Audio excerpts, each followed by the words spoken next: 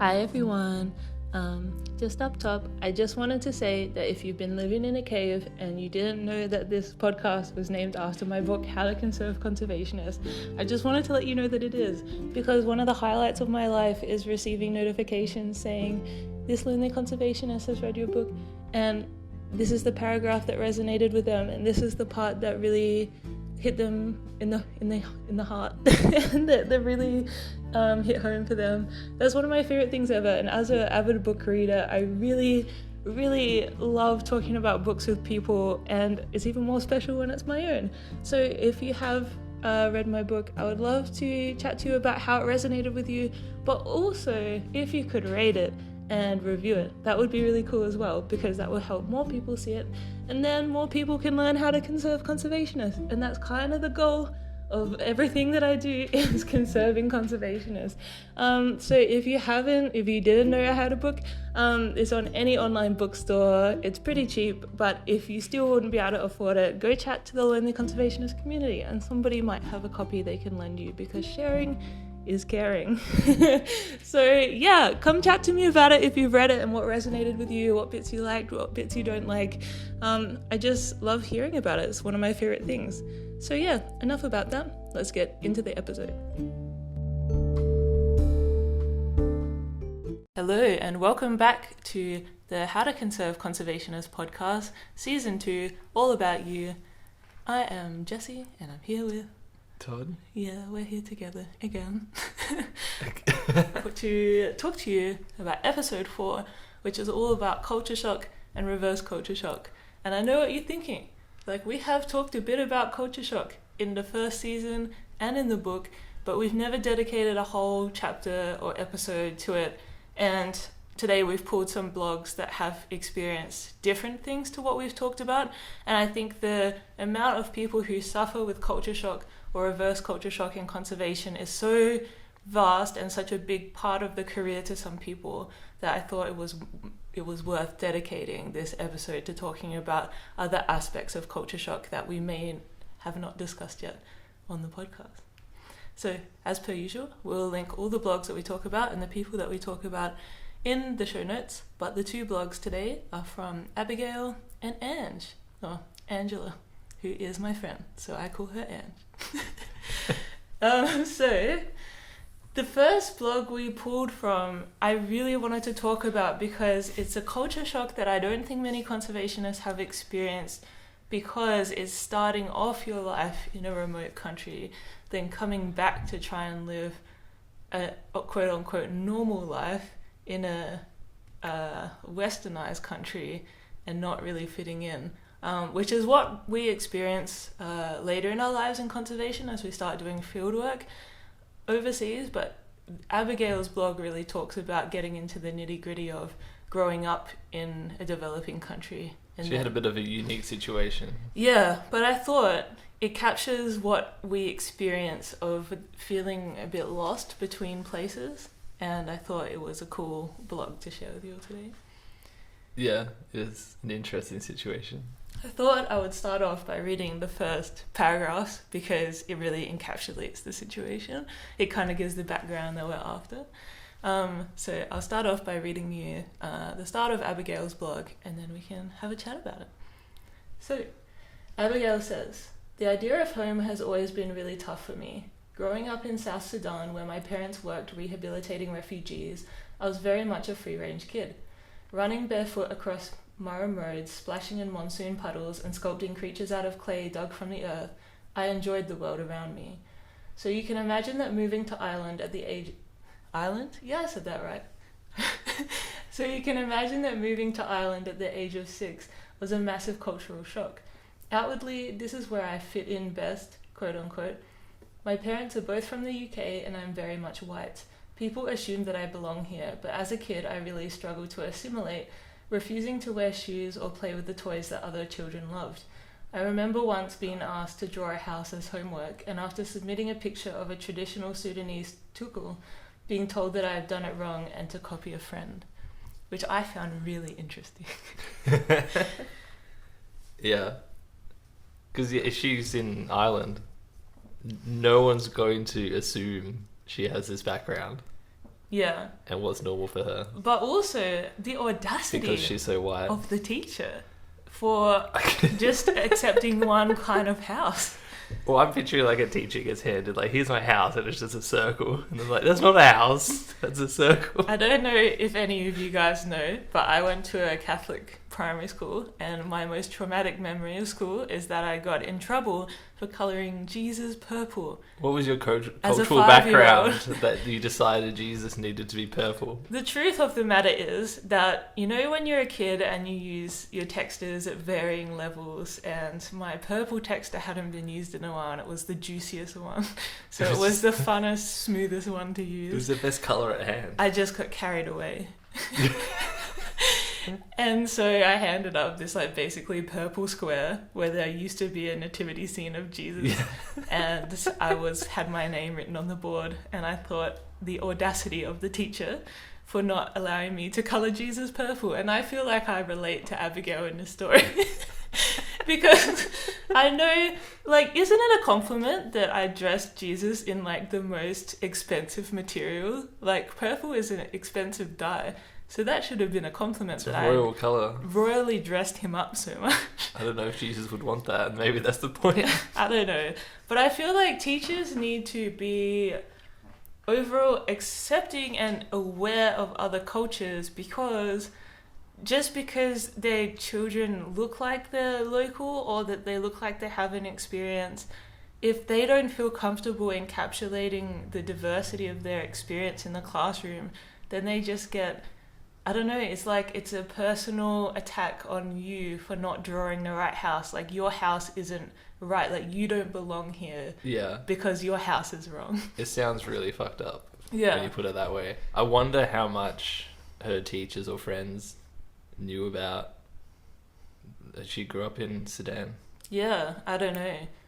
I don't know if that's something you would talk about, because I know you've experienced this too when you meet someone who has just come back from a country and all they can talk about is being in that country because it's like their whole life for a while. And I don't know if... Combined with the social experience of being a 6-year-old. Yeah, I don't know if you spend most of your life in South Sudan and that's just your life, so you talk about your life in that context, or if you feel like nobody would understand that life, so you just don't talk about it and nobody knows. So yeah, there's a bit of ambiguity because we don't know Abigail's rest of her life. Well, the way she describes it sounded like the latter, and that she was just a bit misunderstood by everyone and never felt like as part of that community. And that's like a real issue when you're a kid, is that I feel like there's a deep-seated problem here where if you're saying that a South Sudanese hut isn't a house, what is that message sending about culture and people? Like, if any kid in that class had grown up thinking only a house that looks like a traditional Irish house is a house, then they go overseas and they just look at anything not industrialized as not a home, like not valuable. Well, that's literally culture. Yeah, she even wrote here in her blog, she wrote, in Ireland, nature is all about recreation and going to the park and experiencing nature. Where in Sudan, nature is what they are reliant on to live. So when she got the judgment from her teacher about that house, it instilled the notion that anyone who didn't live in an industrialized area had no economical standing, or there was no benefit to them. Like, it just has a very harsh message about the value of the Sudanese hut compared to the industrialized house. Yeah. And I'm sure this wasn't like the only incident of culture shock she experienced. Yeah, and that is insane because I can't get over the fact she must have been dealing with not fitting in and the stark difference of the weather even. Ireland, I imagine, has a completely different climate to Sudan. And then to be faced with judgment from your teacher that your values just aren't aligning and thus aren't worthy, that will mess you up. I can see you getting a range of mental health impacts from being in that situation, especially being so young and not being able to rationalize your feelings or the experiences and not being able to be like, oh, well, my teacher's just closed-minded. When you're a kid... When you're a kid, that's not an option. Yeah, your teacher is like the one that's teaching you. She's like the be-all and end-all of knowledge. Yeah. So I hope that if any of you have been in a similar situation where you've been brought up in a place and then moved to another place that's different and you felt a bit isolated and misunderstood, that you're not alone. But the plot twist it's so fascinating to me, because normally if you do move, even if you like go from one white English speaking country to another, you carry an accent or something, and people immediately know, oh, you're not from around here, and like for better or worse they will treat you differently, but like hopefully account that you're not used to being there. But like poor Abigail, like I don't know, she had like a thick Sudanese accent. If her parents were both from the UK, she probably has an English accent. Yeah, and from her teacher's reaction, like she must have just, you know, as she described, visibly fit in perfectly. Yeah. So it was just this like completely, continuously misunderstood culture shock. Yeah. So the plot twist is that her family decided to go back to Sudan. So I'll read you what she wrote next. Soon my family decided it was time to visit where we'd once lived. I was in my teens at the time and extremely excited to return home. So she'd grown up by this point. She's now a teenager, and it would have been like a decade basically in between both experiences. The sad thing is we can't chase the past. And as much as I'd relied on belonging in South Sudan, when we arrived there, what I awaited wasn't home. The idea that people would understand me, relate to my life experience, and nothing would have changed. But the houses I remembered had been burnt to ashes.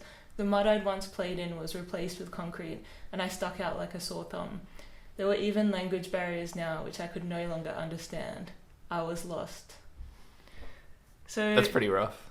It's so rough because she spent her whole life thinking that, oh, if I just went back to Sudan, I would belong again. Yeah. And then she goes back and everything's changed. And you can understand, like, Todd and I have both lived in a developing country, and it's so fast how things develop. Like, this struck you, how fast I was wondering, things change. like, if she went to the exact same spot again, or if it was like they happened to be in a different town where it was a bit more built up. I reckon it might have been the same spot, because she said... It's just become more built up in 10 years. I reckon, because even when we were... So I was in Indonesia in 2015, and then it changed dramatically from when I went the next year to 2016. But Todd was there for like 4 months, and even in that time, the short time, he could see things developing and changing. And I think you don't really get this concept of being in a developing country and how quickly things develop until you're there. People usually use that phrase as like a euphemism for like third world or like poor country, but like they develop. It is an apt description. They are actively, quickly developing their country and literally building out continuously. Yeah, so it's understandable that 10 years ago it would have been a completely different landscape. And also, like, I know from living in places that aren't my own home that you build really significant relationships with people, and then after a while that language, those relationships, they kind of fade away with time. So I can imagine being so excited to feel like you were just gonna blend back in, but you're white, you have an English accent. Yeah. You don't relate to any, like, you can't recognize the landscape anymore. It would have been just disheartening. I could imagine, like, experiencing Sudan as a 6-year-old would be very different to experiencing it as a 16-year-old. Because language barriers wouldn't really be a thing. Like, kids kind of have their own language. Yeah, well, yeah, like, the people will treat you very differently. If you're just, like, the cute little white kid, they're like, oh, look at him. But if you're, like, you know, appear to be pretty much an adult and walking around, they're going to treat you differently. Yeah, different expectations. And also, like, kids just play together, that you don't need to really talk. When you're a teenager, it's hard to just go off with another teenager and, like, connect with them despite just go play in the puddles and mud. Yeah. So in the end, Abigail ends with that. She didn't really fit in anywhere, but when she was in nature, then she finally realized that's where she finds her home. And I think that's a message a lot of conservationists can relate to. Despite culture shock, despite not feeling like you fit in anywhere, when you're amongst the trees and the bats and the birds, then you feel comfortable and you feel at home. So that was a kind of nice ending to the story. Yeah. I think Abigail's life sounds like very extreme and wild in terms of culture shock, but I think a lot of conservationists probably have like a microcosm of this happening to them. Yeah. If you go somewhere for, more than a few months, you're going to end up making relationships and friendships and get used to that society. I know I don't know how much you explicitly talked about it, but you'd experience going to another country where it's very much more community orientated, a small village, living with them for months, and then you come back to like a city in Australia and, everyone just does not give a shit about you. Yeah, I talk about this in my book. One experience where I came home from volunteering this is the first time I ever went to a quote-unquote developing country, when I went to Thailand when I was 18, and I was there for 3 months. No, I was there for just a month. But I was like working in a project where I was living with people every day, getting dirty. I wasn't a tourist or anything. Like, I felt like I was immersed in the environment. Yeah. And I came home and I was wearing my volunteer t-shirt, camo pants, and my friend picks me up and she's like, "Can you come return this dress with me?" And she takes me to like this high street with all these like boutiques on it. So it wasn't just like a mall, it was like a boutique shop. And literally nobody looked at me, nobody spoke to me, and I felt invisible. I felt like what a boyfriend must feel like in one of those shops. Like, I felt honestly like did not belong. Somebody could come and whack me over the head and nobody would notice. Like, nobody could note my presence. Also, I'm like 6 foot tall and I probably wouldn't fit into anything in this boutique for young petite women. I just have this like experience where I go into clothes shops and people are like, "Oh, you don't belong here." So there's like that mixed with the culture shock, but that I just felt literally invisible in my own state, in my own town. So I can understand that part of like not fitting in a place where you're supposed to belong. So as kind of a juxtaposition, the next blog we chose is Angela's blog, and her blog is actually about mental health and a really bad boss she had, which I talk about so much in the first season of the book. But there's like one part of Angela's story that I thought was really important to like counter the grief of not belonging somewhere after you have belonged. Angela's story is more like you're in a new place and culturally... Just classic culture shock. Yeah, there's like culturally things that just don't compute. Like things that are like so normalized to you and so like first nature that you just can't communicate because it's just the ideals, the values of the other culture is so different. Yeah. So to give some context, Ange was doing her master's, I think it's her master's, in Sulawesi, which is an Indonesian island. Everyone, like, I've had trauma from Indonesia. Ange talks about her trauma from Indonesia. And there's also another blog, Louise, and Saf, she points out her bad boss in Indonesia was a Westerner. Yeah. So... But then there's also, like, Louise and Saf both have blogs about getting trauma from Indonesia. People you know does seem to be a trend. So if you have trauma from Indonesia, it's normal. It's okay.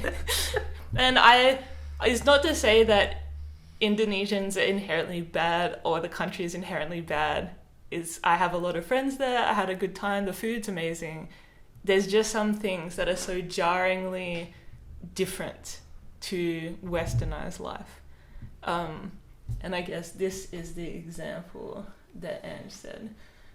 Firstly, she sets the scene and she says, when it comes to the environment, basic conservation concepts are lagging or lacking from the education system, even at a tertiary level, which is quite evident within the community. And she doesn't really go into this much in the blog, but I know that she said before that it's like, it's hard to do your research properly and like work within the confines of your university's requirements for ethics when the people in your field staff are just like, "Oh, just pick it up, just take it with you. Oh, do you want us to like capture this for you?" And you're like, no, leave it there, like we're doing surveys. Like she's talking about like super precise technical ethics of studying animals. No, even like more basic, because I think there's like a culture of like capturing and taking things. So if she's like, "Oh, I'm interested in this one," and she wants to monitor its behavior or like take measurements or something, and they're like, "Oh yeah, like let's just take it from the environment."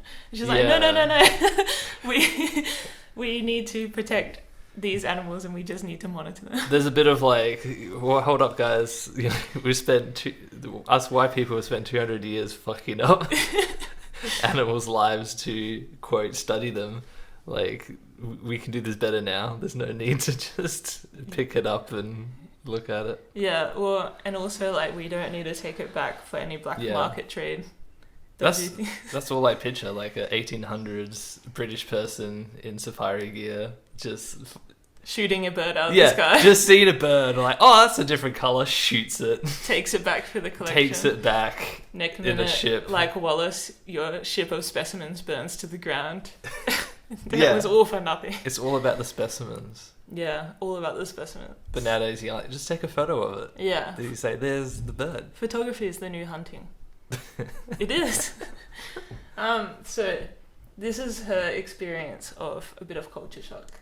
She said, an experience that shook me up was watching a 45-year-old man who was my guide go into a complete meltdown at 6:30 in the morning when his wife passed out from the pain of appendicitis. He thought she had died. Trying to get her into the recovery position and check her pulse alone was impossible as he continued to violently shake her. A first aid course does not teach you how to calm down a hysterical person. I couldn't calm him down. Nobody had any phone reception for me to call the university's emergency line, and we were 4 hours away from the nearest hospital and had no car. It was a nightmare, and the actions that followed for the next 4 days, which I put down to a lack of education, were easily some of the most frustrating moments of my life. The lack of common sense was mind-blowing and literally life-threatening. So that's a bit insane. That's pretty crazy. So this guy's wife passes out from appendicitis, and Angela's trying to like famously hurts a lot. Yeah, check her pulse, put her into the recovery position, keep her safe, do everything she's trained to do in first aid. Yeah.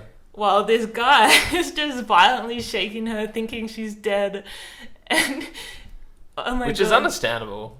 It is understandable because nobody there has had proper first aid. Not nobody, but unless you're in a role that requires it, you would not have had proper first aid training. And even like Todd has had personal experiences going to a hospital and them just Googling his symptoms in front of him and trying to jab him with needles in the wrong spots. I was going to say I've got like 3 or 4 stories from our lives that are actually shockingly similar to this, but obviously, you know, not as life-threatening. I just can't imagine. It was a bit more funny than horrifying like this. I just can't physically imagine trying to deal with someone who hysterically thinks their wife is dead and you trying to act rationally to like... Because in your brain, you know what to do and their life is actually in danger. Yeah. And you're trying to save this woman's life. And this guy is like, because he already thinks she's dead, he's preventing her from living. That's like the irony of the situation. Well, that's sort of the horror, isn't it? Of like, if you are 4 hours from a hospital with no car, and like, she might be, you know, already gone at that stage. That's what I thought about you when I heard you at 2 a.m. and a big crack in the bathroom. And I didn't know the emergency number. I didn't have a car. I didn't know where the hospital was. Yeah. Thank God. I had this vision that I'd run into the bathroom and see like Todd's skull cracked open with blood everywhere. But thank God he had just passed out and it must have been his arm or something that hit the toilet bowl that made like a big noise. But I was freaking out that I wouldn't even know what to do in this situation. So I was in the position where I was like Ange without the hysterical man, and it was still horrifying. Yeah. I remember when you busted your ankle in the forest, we were in the middle of nowhere, and you came back and like, and all the guys were like, rest your ankle, take it easy. And I, had my basic first aid training, like elevate, apply ice. Yeah.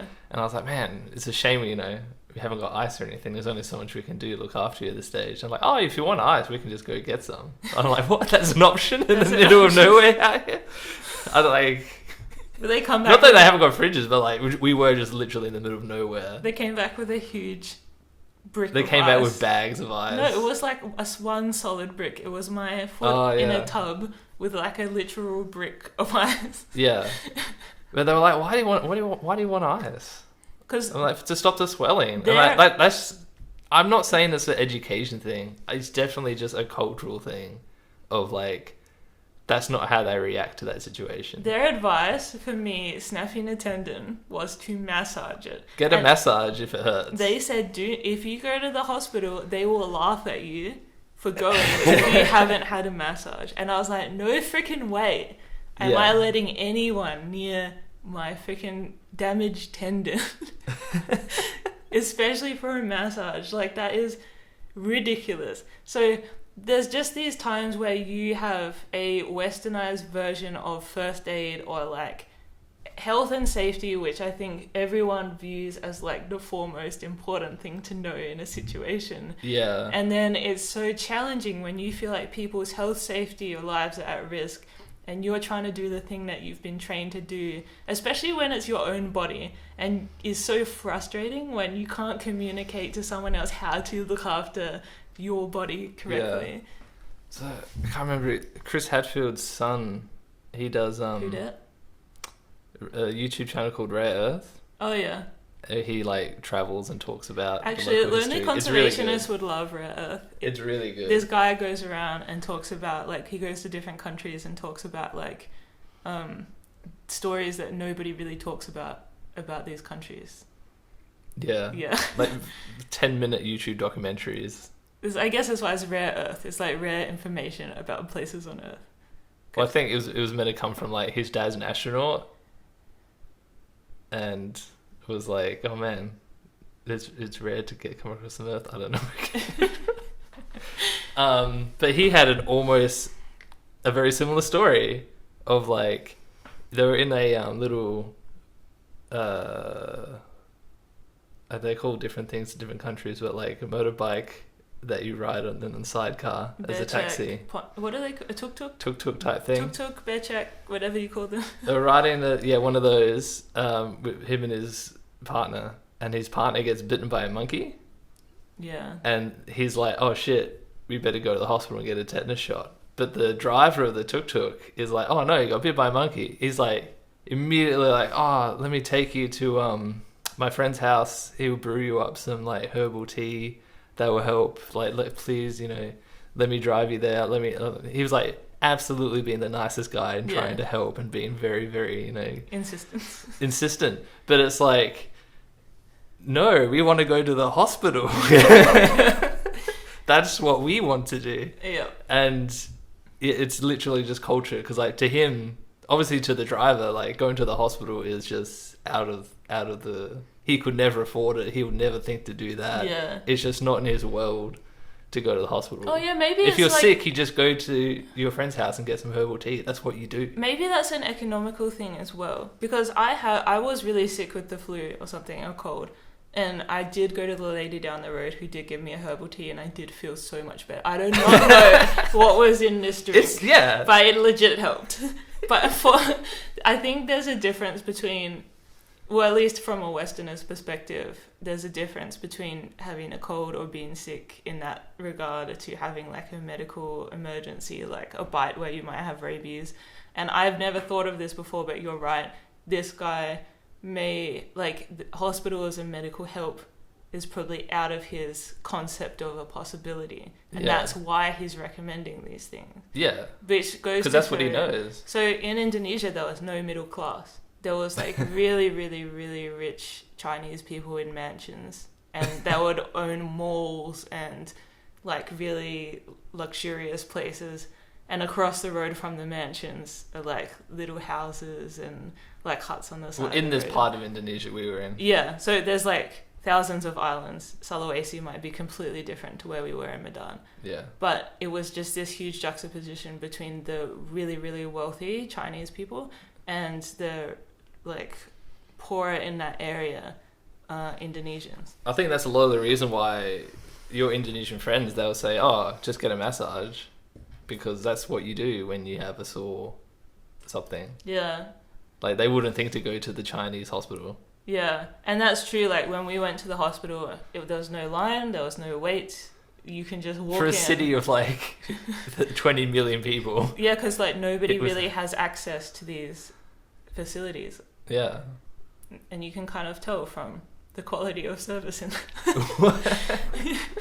I literally pulled Todd out of and like where the nurses are, who was like kept jabbing him with a saline, you know, when they give you the drip and they couldn't find your vein, and I just pulled him out because Todd was getting stressed. I'm not good in any hospital situation, and I just went to the servo, or for those of you not in Australia, petrol station, service station, and got like 10 bottles of Gatorade. Yeah. It was like... No, we were literally like, the nurse was struggling to the point where she went and got the doctor. Yeah. And the doctor's like, what's going on? And I'm like, how about instead of injecting me, I would just drink lots of... electrolytes. Sports drinks or something. Would that do the same thing? The doctor was like, no. Idiot. Anyway, like it made Todd better. But we had to take matters into our own hands. It was just so painful to see him being jabbed so many times, and I don't know, it wasn't getting anywhere. Yeah, I don't know what the problem... I had a weird hand. Yeah. This also reminds me of like, so I have chronic dermatitis, and to the extent where sometimes my hands look like they've been deep fried. Like it is disgusting. My hands look horrible. And so in lots of countries I've been to, I've had to go to the doctor about dermatitis. But every single time, if I'm in Africa, Asia, like wherever I am, there's like the doctor's office with one desk. And there's a doctor sitting at the desk, and there's an empty room. Just imagine like an empty room, one singular desk in the middle of the room, a doctor at the desk. Every single time he looks at me, he opens a singular drawer and hands me a bag of little blue pills with no description on the bag. Not like, I don't know what these are. Every time I have this problem, no matter where I am in the world, I just get a bag of little blue pills from the one desk drawer of the one desk in the room. The cure-all. It's like, I don't know. And also, I had a foot infection because I was working on a shark boat, and I must have stepped in something that had parasites, and they gave me eye drops for my foot infection. So it must have been like the same active ingredient or something. But I just feel like in Western culture, even if it was the same active ingredient and it would still get the job done, you would never recommend eye ointment for a foot disease. I would hope not. Yeah. I think, yeah, like you can have culture shock in like the food or the language or like just the social norms, but when it comes to like medical emergencies, then it hits your different. Patience for it just runs out so much quicker. Yeah, exactly. And there's a difference between, so what Andrew's experiencing is like frustration. I think what Abigail's experiencing is more isolation, and that's why I just wanted to touch on these two different stories, because I think there is definitely ample amounts of both frustration and isolation when experiencing culture shock or reverse culture shock. And especially like for me, a lot of the frustration came from coming back home, and I had both frustration and isolation when no one can understand what I'm going through, and like then I feel alone because they don't understand, but I can't get them to understand because they've been living their lives. You got so used to just walking down the road to the lady and eating breakfast with her. Yeah. And like you it wasn't a restaurant, but it was just a lady who would cook food for you for money. Yeah. That's a restaurant, I guess. That sounds But like you'd sit down and like have a chat and yeah. like, you know. But in Western countries it's much more business transactional. You don't have a chat with a person there. You know what I really worry about? So in all the developing countries I've been in, even the less developing of the developing, like like Sri Lanka has really rich parts. And when I was in Sri Lanka, I was really lucky enough to stay with a family who owned a coconut plantation, so they were pretty well off, and their house was huge and had statues in it. And I was like, whoa, jeez. Marble floors, yeah, like a nice house.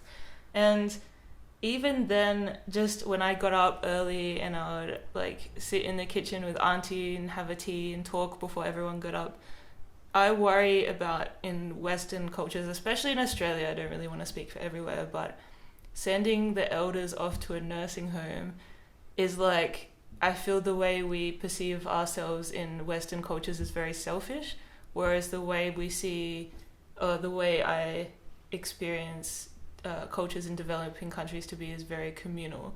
And I worry that if I get old and don't have kids, even if you do have kids, right, they send you off to a nursing home anyway. But like, where's the respect for the elders? Where's the knowledge sharing? Where's that integration of values and like learning things from grandma? Yeah. I just feel like if you shun people who are inconvenient to you, you miss a whole aspect of life. I don't know. It worries me about getting older. Is like, so Todd and I don't want kids, and then so there's like, who will look after us? But that's kind of selfish, expecting people to look after you. But even if you don't, like, even if you do have kids, what's to say they just won't send you off to a home or go live their own life? Like, there's no communal certainty like there is in other countries. And I say this because in Indonesia, grandparents have the highest, most respect. And so I was living with two women, and one of them spent a day taking me to their village, where their mum was basically dead. She looked like a corpse. She was still alive, but she was on her last legs. Certainly on a deathbed. But it was the highest of honours for her to take me to see her mum, because even though she was basically like non-functional as a person, it was like the most pride and joy to showcase her mum to me. And I read a book about like the different islands in Indonesia, and a similar story happened to the author of the book, where she was shown legitimately a dead grandparent who had died already. Had passed. Yeah, because it was still an honor to show off this person. Yeah. And it really just is something I think about a lot, is the cultural difference of like how self-centered we seem to be in Westernized countries, where it's all about what is my life, what is my goals, what is my dreams, and you kind of push aside anybody that seems to be a bit inconvenient to you and to getting where you want to go. And it kind of makes me sad that we don't live in a society where it's like that respect for your elders is there. And especially with COVID, we've seen the way that a lot of young people are out partying, because it's not their demographics that's the most impacted. Like, it's not my problem. So yeah, like I can probably recover from this, but there's a lot of people who can't probably recover from this, and they're just being dismissed. And I feel like in developing countries, there's more of an awareness about the importance of elders in communities. I think what you're talking about, it's definitely like mostly a British, American, Australian thing. Like, I'm pretty sure, well, like both our family background from Italy, so like we know, like at least back then, it was very normal to have the whole family under one roof. Yeah, and like you have grandma and stuff. Nonna makes the special sauce that if you eat anybody else's bolognese, you're dead. Yeah, there was a lot of respect for like the elder people, the family. Like you wouldn't send them off to a home. You'd look after them. So my grandparents unfortunately died before I was born, but I spent a lot of time with Todd's Italian grandparents. And I cannot imagine them being in a home or anything. Like, they're just so, like, fiercely independent, right to the very last second, that it was, like, the culture of, I don't need any help, which, again, is detrimental in a way. It was for them. But yeah, it's, like, that fierce, I bring culture to the family. Like, you come here to eat. And, like, up until they died, we came there every week to eat at their house.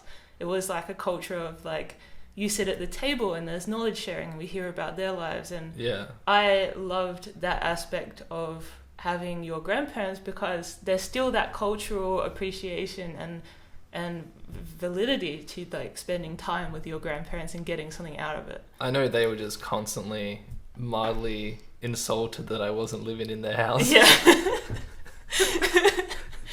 Yeah, so I think there's like, I don't know if there's a word for, like, maybe it's cultural immersion, where you like go over to another country, or like I spend time with Todd's grandparents and then everyone's spending time together. It feels good, and you're like, what have I missed out on my whole life? Yeah, like this void has been filled. And I think that's why reverse culture shock hits so hard, is because you finally feel like, oh, we're all together, we're all in the community, everyone's helping each other out. If I'm sick, I'll go get the specialty from Nonna.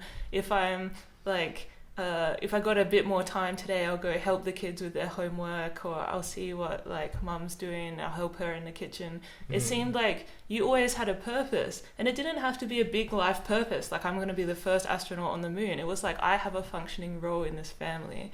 So to come home and it like you sit around the TV and there's one layer of technology with the TV, but then everyone's on their iPads and phones as like a second layer of technology, and nobody's engaging or talking. It's so isolating.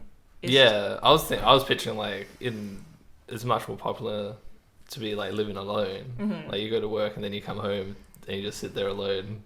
Or not, like plenty of people do that. But yeah, like you say, even if you do live with like a family, it's much more like everyone keeps to themselves. Yeah. So I don't know. Where's like, is it a British thing? I don't know. Mean? Like, where does it come from?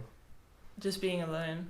Yeah. I don't know. I think the Americans are very obsessed with individualism. That's true.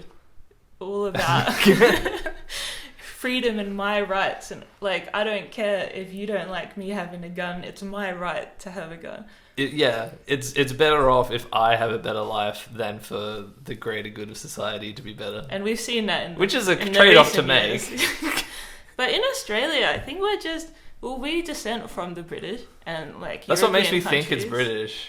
Because it's weird. So in South Australia, where Todd and I come from, they're all wogs. Like everyone is either descendant of a Greek or an Italian, with a few English people smattered in. I've heard some people take offence to that term still. Can we use it as Italian descent? We're taking ownership of it. We're taking ownership of the word. My brother called himself at school Wog in a Box. So there's like a fast food chain here called I was going to say, was he in a box? Was he in a box at the time? No, there's a fast food chain here called Wok in a Box. So it is like a play on that. But I feel like he's owning it. Yeah. Anyway, so South Australia is the only non-colonized state. No, what is the... Well, we're very proud to not have those criminals forced colonizers. Yeah, so we're the only non-convict state, which means like there's less British people in South Australia. It's more people who are fled later in life to go set up a new life in Australia. Yeah. So where was I going with this? Oh yeah, I don't know if there's a difference between people's family experiences in South Australia to the rest of Australia, where it's more like descendant from convicts. And because we are descendant from convicts, is that like we've lost a lot of the culture because it's like a fend for yourself. Like I'm only here because I stole bread and I'm just trying to get by in this prison of a country. I know we have an Australian family member who's like I guess in his 60s now, but he remembers growing up like, this is what makes it's hard to tell whether it's time or place difference. Yeah. But he's like, very Australian sort of background.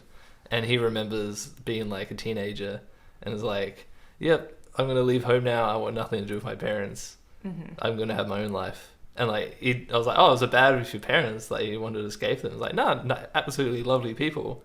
But like, I couldn't imagine like living with them past the age of 15.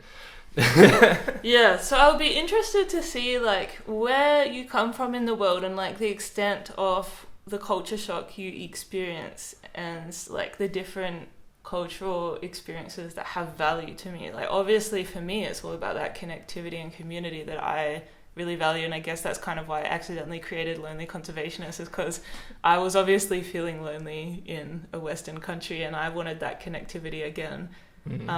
That's obviously something I really value, but I would be interested to know like where you come from and what you really valued when you traveled from the other culture, and then what led you to feel such insane culture shock either there or when you got back.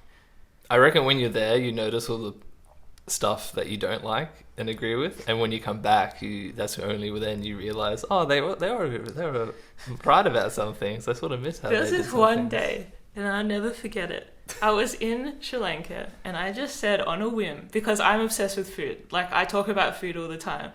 I said, because I thought there was no possibility of this coming to fruition, I feel like a croissant. Because why would you think that croissants are any way, shape or form accessible in Sri Lanka? Right. I just offhand said, I really feel like a croissant. Auntie, bless her soul, took me, she said, get in the car, took me to a bakery. Let's just go get a croissant and then. got me a croissant. And I was like, this is such commitment to my happiness.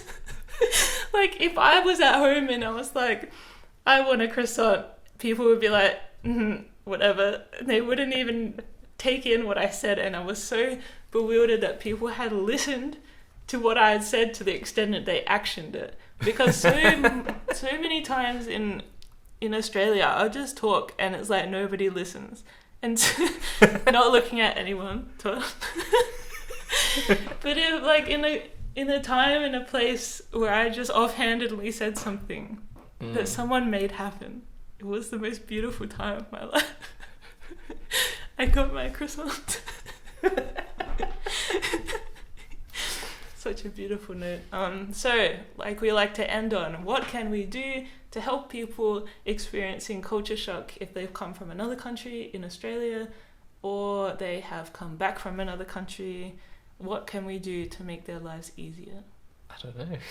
We didn't think of a solution to this problem. I can tell you something. If I come back from another country... And you say, I sort of vaguely feel like a croissant. Don't just take that as like, yeah, croissants are good. Take that as, oh shit, hop in the car. Get me a goddamn croissant. No, this is what I wish people had done. So I got back from Thailand in this time where, this shows my age, smartphones were getting to the peak popularity. Like, everyone had started to accumulate one. Like, I didn't have one yet. But I was a late bloomer in the smartphone life. But everyone was starting to get smartphones, and it was at that time where notifications weren't just a thing that happened in the background. There was only a couple of apps at that time, so you looked at every notification you had like it was, I'll disrupt this conversation to look at this notification. So I came back from Thailand, and my friends took me out to dinner, and I was sitting at the table, and I think I write about this in the book, but there was two friends and they were glued to their phones, and it was like I didn't exist at that table. Nobody was looking at each other, nobody was talking, and I'd come back from that connectivity of no technology and everyone talking and playing cards. And no, did I come back from Madagascar? I don't know. There's like times when I was away where you're playing cards with people, you're looking at the stars, you're drinking, you're talking. There's no ounce of technology in your lifestyle that like acts as a barrier to what is it called? Like, I feel like everything you don't like about Western culture is just smartphones. No, but that's not really Western culture. I just thought it's so rude to not have seen your friend for months, to come home, take them out for dinner, and ignore them. I think that is just rude. The hell? So I'm suggesting, like, if somebody comes back from any country, it could be Germany, it doesn't even have to be developing, like, talk to them, listen to them, and offer yourself as a friend and say, like, look, I know it's challenging when you've been immersed in a different culture or a country to have to come back home. Is there anything I can help you with? Or anything like... Would you like a croissant? Would you like a croissant? I think that's what everyone's first question should be. I just feel like... There's another... I think a better example of cultural shock is when you came back from Indonesia... We went with your family to a very fancy restaurant. Oh, yeah. Where they served... What was the type of food? Nepalese food? Nepal food. Nepalese. Nepalese. Is that the... I don't know if that's how you do it. It is. Surely. It's how you do it. It was, Curries. And we all sit down. We order... We start eating. And I look to my right and I see Jessie just going at it with her hands while everyone else had the knife and fork, napkin laid out on their lap. Like, this is fancy restaurant. I just forgot that cutlery was a thing because I hadn't used it for 6 months. I forgot that it was even a requirement. I forgot people used it. I forgot it existed. I don't know what the culture is in Nepal, but... There's a chance they eat with their hands. You're probably eating it correctly. Yeah, the worst part is, in places where you do legally eat with your hands, there's water bowls on the table for you to wash your hands. I didn't know what to do in that situation once I saw Todd waving a fork at my face. Well, yeah, now you've now I've just... made a mess in your hands and face and no way to clean it. I had to go to the bathroom and clean my hand. But yeah, like, in that situation, I feel like you shouldn't make fun of people for things that they've picked up or things that are now important to them, no matter how weird they are, I think it's a real learning opportunity. Like the teacher in Abigail's story could have been like, oh, Abigail, like, what kind of house is this? Like, what's your experience with this house? I just feel like... It would have been, an amazing learning opportunity for the whole class. Yeah, exactly. Like, if Abigail could stand in front of the class and talk about her experience with this house, and maybe they could have done a new assignment looking at the different kinds of houses, and if everyone picked a country and looked at the houses there. Because when my friends from England show me the streets, I'm like, whoa, so English, the houses. You can, yeah. Like, you can tell. Like, English, American... You would not confuse Norway with England. No, like, so many... Like, I swear, each individual country has very distinct houses. So that could have been, like, an amazing assignment for primary school students. Like, somebody out there should teach that, because it's a cool learning experience of that diversity. Just inspire a whole class of architects. Yeah. But I think, like, looking at... It's easy to see someone who's come back from overseas and you might be a bit jealous of them, and they're like, oh, when I was in Uzbekistan, this happened and I ate this and blah, blah. Did you know they do this? It might be so easy to get frustrated with people when they do this. Yeah. But it's really important to understand that this was their whole life for a chunk of time, no matter how small, and it might have changed their life. Like, it's so easy to have epiphanies and life awakening moments when you're somewhere else. Yeah. And no matter your position, you shouldn't cheapen their experiences. Because when I came back from Indonesia, this is what basically the whole last season was about, is I basically was having mental health issues, but I couldn't talk to anybody because they didn't understand what I've gone through. And even Todd was with me and couldn't really understand because he was a different experience. Yeah. So I think it's really important to be a good friend, first and foremost, a good colleague, a good person. Really reach out to someone who's just come back from another country and you think it may be experiencing culture shock, because even if they don't realize that they need that person, I think it's like integral to their quality of life to have someone that they can really talk to about their experiences and understand. Well, not even understand, but just like give them the time of day.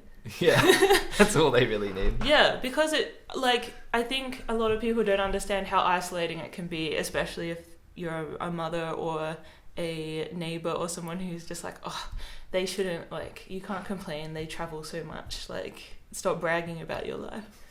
That it could come across that way. Yeah. But I think because Todd said that in his old job there was somebody that came home from South Africa and that's all they talked about, but he was like, oh, I'm sympathetic because I understand what that's like to come back from somewhere. Yeah, it's all you want to talk about. Yeah. Because it's amazing. Everything's so different. Yeah. And it's like, yeah, it's different from the norm. So I feel like all of our advice is like just being a good just be a good person. Be better, damn it. Just be better. So like, I hate that. From my traumatic experience of the Madagascar war that said be better. Oh yeah. But like, if we're as inclusive to as many people as possible and sympathetic to them, and maybe like if you have a grandma or a grandpa that's in a nursing home, or like your family think they're a bit inconvenient, like maybe just go give them a visit and spend some time with them and like learn from them. Visit your dang grandma. She loves you. Visit your dang grandma.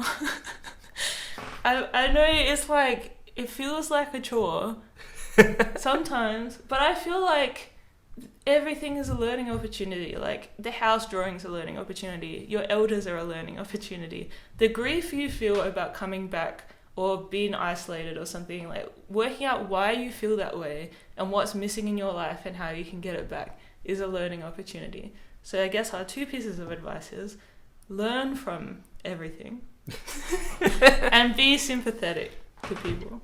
Good advice. Yeah, I think this will help people a lot. So I hope if you're experiencing cultural shock or reverse culture shock, I don't think many people will right now because you're not allowed to travel, and if you're traveling, shame on you. Yeah, I guess people don't have to worry about it for a while. But if you have in the past, or if like, you know, like my trauma with Indonesia lasted a long time, so if you're still dealing with some kind of culture shock, like an Abigail, her feelings of isolation was until she came back to Sudan when she was a teenager. So it can, the effects of it can last a long time.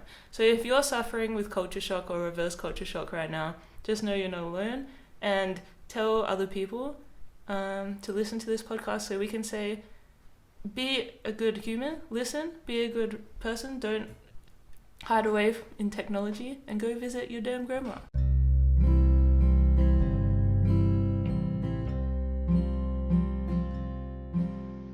And that was our episode on culture shock. I hope you got something out of it, especially I know a lot of you out there have experienced culture shock yourself, so I just wanted to add in these two facets of the experience that haven't been touched on before. If you want to get more involved in the community or read more stories of conservationists out there, head over to the website www.lonelyconservationists.com. You can check us out on Instagram at lonelyconservationists or Twitter at lonelyconserve, and why not check out my book where you can read all about my experiences with culture shock as well. And lastly, if you want to support our projects, head over to patreon.com/lonelyconservationists. And that's all for now. I'll see you guys in the next episode. Bye!